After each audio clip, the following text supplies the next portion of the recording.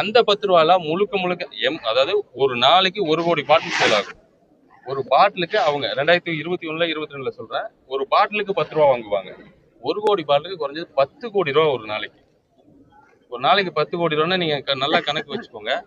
ஒரு மாசத்துக்கு கிட்டத்தட்ட 30 கோடி ரூபா.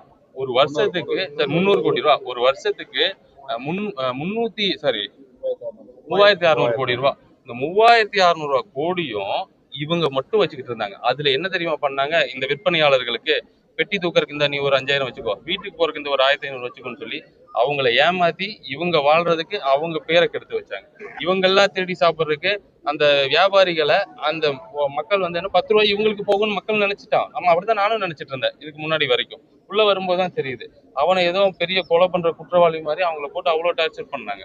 பட் உண்மை இப்பவும் நான் வேண்டி விரும்பி அந்த தொழிலாளரை கேட்டுக்கிறது என்னன்னா, நீங்க எல்லாம் சொன்ன மாதிரி சஸ்பெண்ட் செய்யப்பட்ட 600க்கும் மேற்பட்ட கடந்த காலங்களில் சஸ்பெண்ட் செய்யப்பட்ட 600க்கும் மேற்பட்ட ஊழியர்களை மீண்டும் பணியமர்த்தம் செய்யப்பட்டுட்டோம். இதோட நோக்கம் என்னன்னா, எவ்வளவோ சொல்லிட்டோம், அந்த டெபாசிட் அமௌண்ட் வாங்கினா நீங்க திருப்பி கொடுக்கணும், அதுக்காக தான். ஆனா அதுவும் இப்ப மாறிடும். நான் உங்களுக்கு என்ன வாக்குறுதி கொடுத்தனோ அது எல்லாமே செய்வோம். ஏன்னா இது தளபதியோட அரசு, நான் தளபதினால கொண்டு வந்த பையன். தயவு செஞ்சு அந்த 10 ரூபா வாங்காதீங்க, இம்மீடியட்டா சஸ்பெண்ட் பண்ணுவோம். அந்த வீடியோ எல்லாம் பார்த்துட்டு தான் இருக்கும். ட்விட்டர்ல சோசியல் மீடியால வர வீடியோ எல்லாம் பார்த்துட்டு அதை வந்து ஒரு ஆராயறதுக்கான குழு இருக்கு, அந்த குழு ஆராய்ச்சி பரிந்துரை பண்ணும். நிச்சயமா அவங்க மேல நடவடிக்கை. முதல்ல இதெல்லாம் பண்ணலாம், அப்புறம் சொன்னே இன்னும் இதோட ரெவன்யூ வந்து பெரிய பெரிய ரெவன்யூ. இது அது 1000 கோடி இல்ல 10,000 கோடினாலும் விட்டுருங்க. மக்களுக்காக நம்ம இதுக்கு எடுத்துட்டு வந்த முடிவு, இந்த முடிவை உடனே இம்ப்ளிமெண்ட் பண்ணுங்க. அது என்ன ஆனாலும் நம்ம பாத்துக்கலாம்னு மாண்புமிகு முதலமைச்சர் சொன்னார். அதோட வெளிப்பாடு தான் 715 கடை க்ளோஸ் பண்ணிட்டோம். அதோட அந்த இழப்புக்கான வருமானத்தை வேற வகையில எல்லாம் வேற துறைகள் மூலமா கொண்டு வந்து அது வந்தவுடனே திருப்பியும் அடுத்த கட்டமா அனைத்து கடைகளும் நிச்சயம் நடவடிக்கை. டாஸ்மாக் விற்பனை நேரம் குறைக்கப்படுமா? கடைகளை குறைச்சிங்க, விற்பனை நேரமும் குறைஞ்சா நல்லா இருக்கும்னு பெண்கள் எல்லாம் சொல்றாங்க. என்ன டைம் பண்ணிக்கலாம்னா டைம் குறைக்கணும். அப்படி எவ்வளவு பண்ணலாம் சும்மா சொல்லுங்க. ஒரு 2 மணி நேரம் பண்ணலாம், பேசலாம். தமிழகம் மறுபடியும் பணியமர்த்தினா படித்த இளைஞர்களுக்கான வேலை வாய்ப்புகள் குறைய வாய்ப்பு இருக்குல்ல?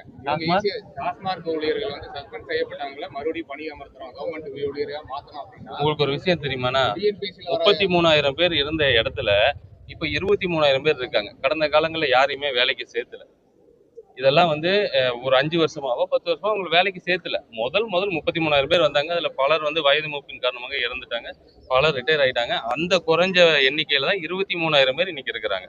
அதுலதான் கிட்டத்தட்ட ஒரு 900 பேருக்கு மேல எம்ஆர்பியை விட அதிகமா விலைக்கு வித்த காரணங்கள்னாலையும், அங்க பாட்டில் உடஞ்சிருக்கும் சரியான கணக்கு காட்டாத காரணத்தினாலையும், சமூக வலைதளங்கள்ல தப்பா தனது துறையவே சொன்ன காரணங்களாலையும் சஸ்பெண்ட் செய்யப்பட்டவங்களை தான் இப்போ ரிவோக் பண்ணியிருக்கு. தமிழகத்துல இருந்து சட்டம் ஒழுங்கு வந்து சரியில்லை, இப்பதான் ஆட்சிக்கு வந்திருக்காங்க. என் டிபார்ட்மெண்ட் இல்ல இது ஒரு காரணமா இருக்கு, போதை ஒரு காரணமா இருக்கு, மது போதையில போயிட்டு தான் இந்த அஃபென்ஸ் எல்லாம் நடக்குது அப்படின்னு சொல்றாங்க. அதே போல கால அவகாசம் வந்து எப்படி கேக்குறாங்க? புது அரசுனாலும் இது வந்து பவர்லாம் அவங்க கிட்ட இருக்கு, ஆனா ஏன் கால அவகாசம் கேக்குறாங்கன்ற ஒரு விமர்சனத்தை. இவங்க கிட்ட பவர் வந்துச்சுல, ஒரே நாள் அந்த 10 ரூபாய் இல்லாம பண்ணிருக்கலாம்ல, ஏன் பண்ணல?